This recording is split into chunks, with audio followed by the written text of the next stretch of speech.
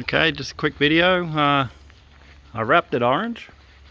She's nearly finished. I've got some wiring to do and some touch-ups to do on the wrap. There's a few things. I'll probably put a tire carrier in the back.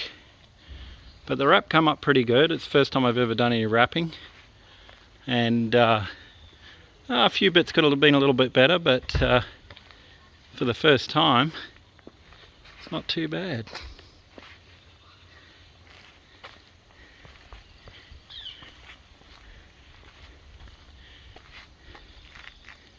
Pretty cool looking thing. Painted the bonnet vent in with this crinkly paint, like rear bed paint. Gives it the effect that it's plastic, like it's separate. Did the same thing with the side vents here.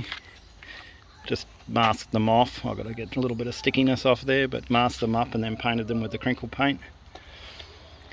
And did the same thing with the top of the bedsides here. Painted it with that crinkle paint, so you can see here. But yeah, wrapped it. Didn't come out too bad. As I say, there's a couple little things I got to touch up on it.